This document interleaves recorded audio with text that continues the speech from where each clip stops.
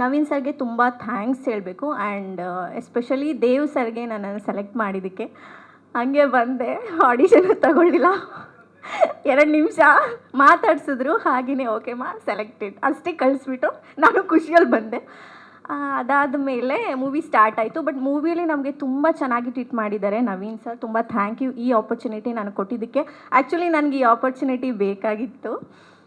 Next ಪ್ರಾಜೆಕ್ಟ್ಗೂ use ಆಗುತ್ತೆ. Thank you so much Naveen sir.